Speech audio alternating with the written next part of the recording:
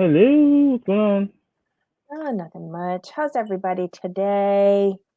Good. It's Wednesday. Ah, It's a little chilly, but it's fine. welcome into the room as you enter. Please don't forget to give us a thumbs up. Um, Hit that subscribe button, the notification bell, so that you're made aware every time we drop new content, and tell a friend, have them join the conversation. And if you're Today watching we the are going to. replay, if you're sorry to cut you Oh, off, if you're watching the yes. replay, thank you for watching. Welcome as well. We hope you enjoy. And if you like the content, like Debbie said, please hit the subscribe button and leave a comment below. We do answer them. hmm So today we are going over Basketball Wives, Season 9, Episode 2. There's no show name. I guess they can't be bothered with that. But then what do you name this drivel? Why am I watching this, Jamal? I mean, because we kind of hoped for better, I guess. We hoped for um, a new season, like a couple of new women. We thought it was gonna be like a little bit better, but um, so far it's kind of slow, but it's okay. We expected this. I think what it is, we're all waiting for the women to move into the house. I think it's pretty much what everyone's waiting for, if we're being completely honest. Okay. Well, we open March 20th. You get this update on the virus. Evelyn's stepfather has contracted the virus. We see George Floyd's death and the protests that ensue. Then it's all of a sudden 4 months later.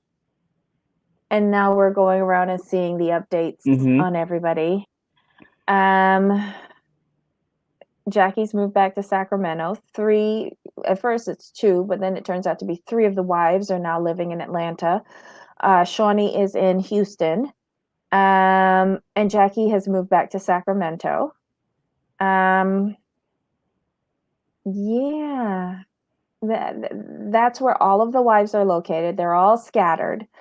Um, we see Malaysia and Kristen in Atlanta, and Kristen comes over to talk to her. We're doing stuff like she invited her to a protest for, and Malaysia didn't show up because of the, Mhm.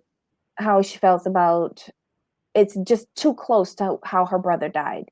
And so we see that, and I'm like, oh, so we're seeing more of the Black light. Not that I'm tired of it, but it's been done by so many different shows now.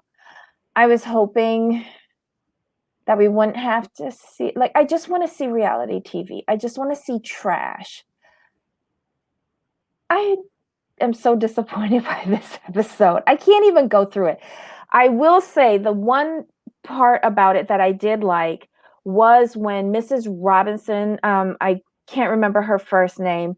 Mrs. Robinson came over to Kristen's house and met with Malaysia and kind of told her what happened with her son being shot that many times by the police and how she has processed that and then use that sorrow, that anger, that rage to then do something to make sure it doesn't happen to someone else's child. She's involved politically, she's involved in protests, like she's doing something with those those emotions, and she's doing it for the betterment for all of us. And I really Exactly. liked that part. um I Real also quick, liked. Mhm.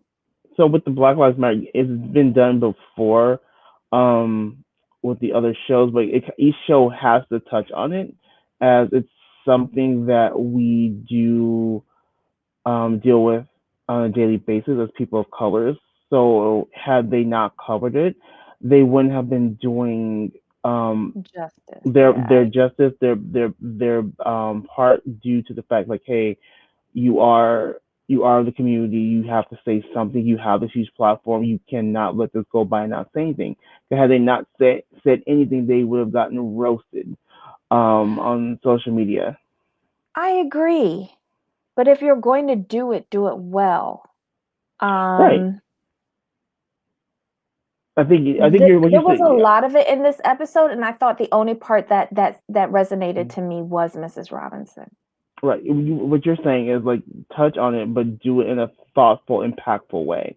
It shouldn't just Mhm. be like a throwaway or a prop Mhm. per se. So Mhm. I get it from that Yeah. standpoint. Yeah. Um, because then Malaysia decides to talk to her kids. And Hmm. many of people of color have to sit their kids down and say, what do we do if I get stopped by the police? What do you do if you get stopped by the police? Like the best one that I've seen handle this conversation was a reality show with Holly Robinson Pete and her family. And you know her son that has autism or had Hmm. autism. I'm not sure if he's on or off the spectrum now.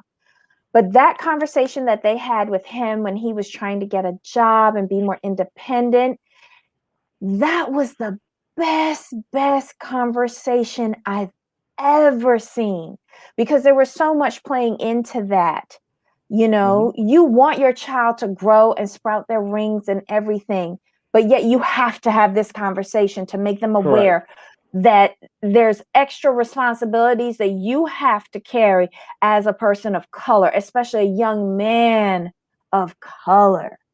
Honestly, I wish I could remember the name of that show, but that was the best conversation I'd ever seen filmed. Hmm. Um, I wish Malaysia's was better. I think it's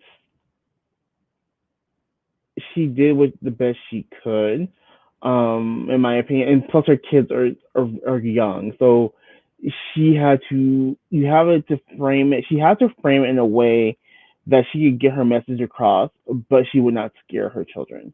So that's the thing. You with that, you can't just tell children of that age in plain terms. She had to frame it in a way not to scare them because you don't want them to go out into the world being scared. No. It was good up until she asked the question because I thought it was well done with the questions that she would, what if, and when she got to the question, what if the police came to the house, and what would you do? And one of them said, ask if you got a warrant. Cause like before the answers Yeah, were that one appropriate that one was like, for oh, children who she's never had a conversation with. But then when that one kid said, you can't come in here unless you have a warrant kind of thing, I was like, wait,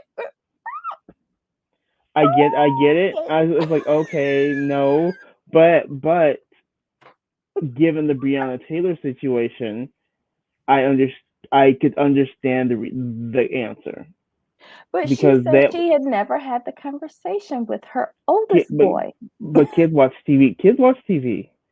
You like Okay. they're on the internet all day. Like I'm sure like particularly the oldest one. I'm sure he's read some things on the Breonna Taylor situation.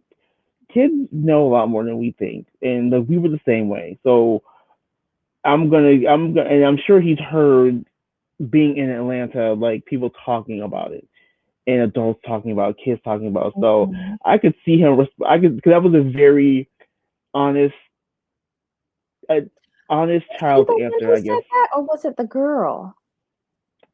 I thought it was her oldest child, I the oldest child. can't remember. But I was like, well, you ain't wrong. But I I wasn't was expecting with that. that scene until they said they can't come in here unless they got a warrant. I was like, oh, okay. Hey, out of the mouth, kids are honest. They say what they think. Okay. But yeah, and I liked the dinner that OG had with her mom. I thought that was Hmm. pretty good. Because she went into more detail on the lawsuit. Right. Um, I don't know how we got here because I thought that when they signed their contracts, like they can't sue each other as castmates.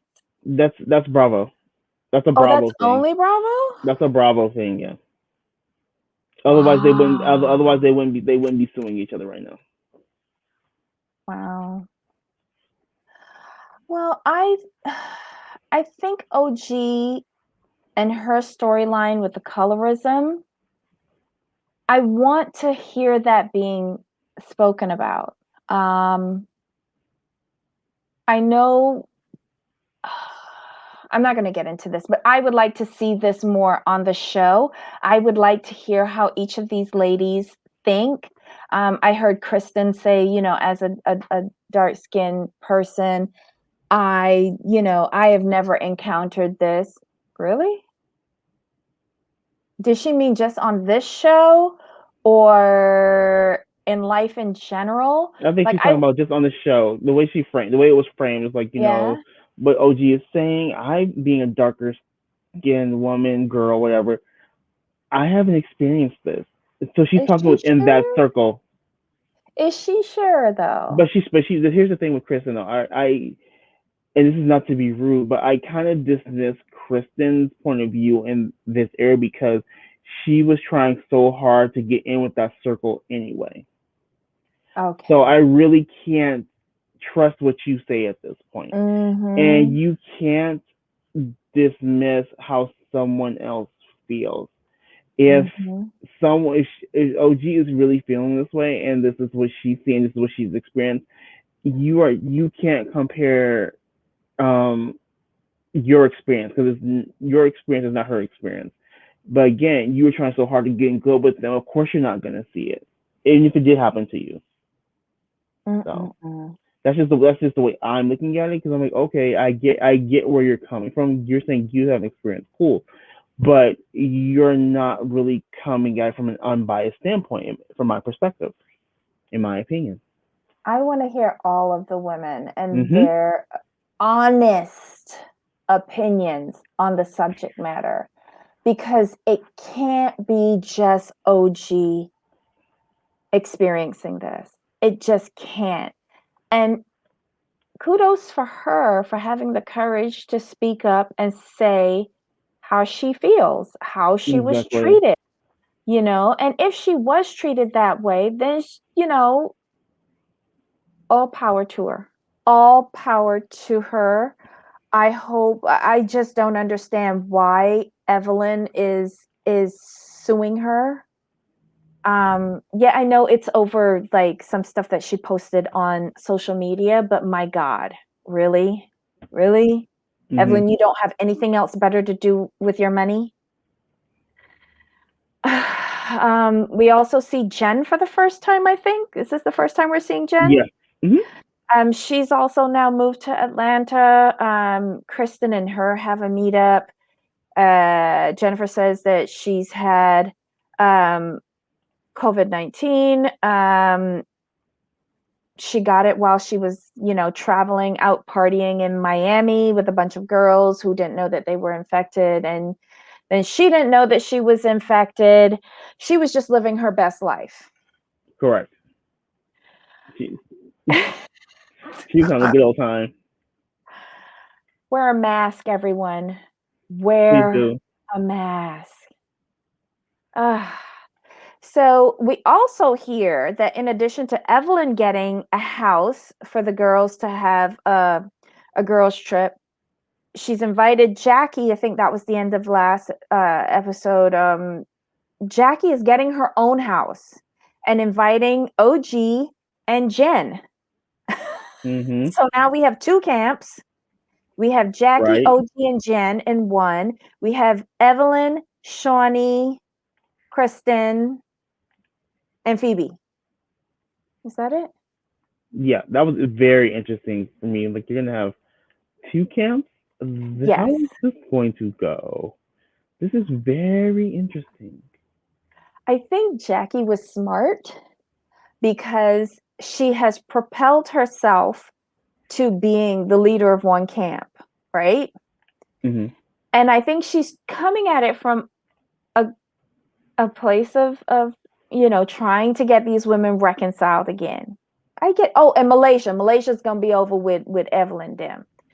So I think it kind of burst Evelyn's bubble because I thought Evelyn, is being portrayed as the mastermind of this and she Mhm. wanted to be in charge. and she was going to be controlling all of the women. Correct. Evelyn was supposed to be queen. Yes, I didn't want to say that, but But yeah, oh, Evelyn was going to be queen, and it was her trip, her rules, her way. But yeah. now with Jackie getting a place, now it's like, oh, And y'all all not the gonna bow people that down, she didn't want to invite are now going to be there, even though not in the same right? house. Exactly. This is my only hope, that once they get into the respective houses or camps or whatever, Hmm. um, that something more interesting will come on. This was not an interesting episode, you I think know? it was.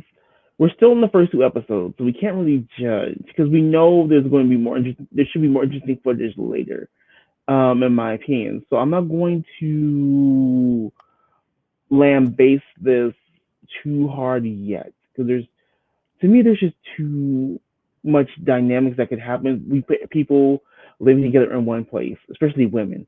So I'm gonna Mhm. hold out. I'm gonna hold out. I'm gonna reserve a judgment on this one, to be completely honest. I am going to hold Jackie to her final words, where she says, "It will be the pandemic Ponderosa, and you want to be a part of this." I'm going to hold her to those words. Hmm. I am very intrigued because I've said this before. I'm not gonna judge until this gets to the house because this is where all the good stuff is gonna happen. Can you imagine putting what 6, 7 women in the same house, quarantined? For 2 weeks straight. Right. Thank God Jackie got the second house, quite honestly, because I believe there would be a massacre before the first drink is served And I if want to they know were where all the in the house same is. house. I want to know how far the houses are away from each other. I want to know what the security deposit is, what the Oh, insurance policy is. right. if, Exactly. if 911 is on speed dial, like I Hmm. this is this this a recipe for disaster.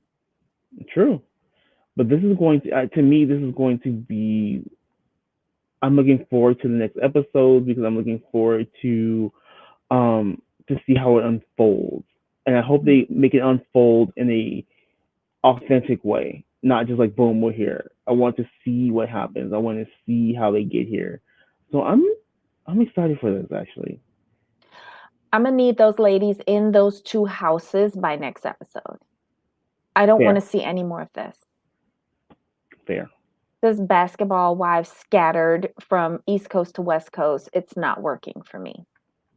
Yeah, but it's a good setup for them to come together, and I just think this is a play for future franchises. That's just my take on it. You know what I mean? Mhm.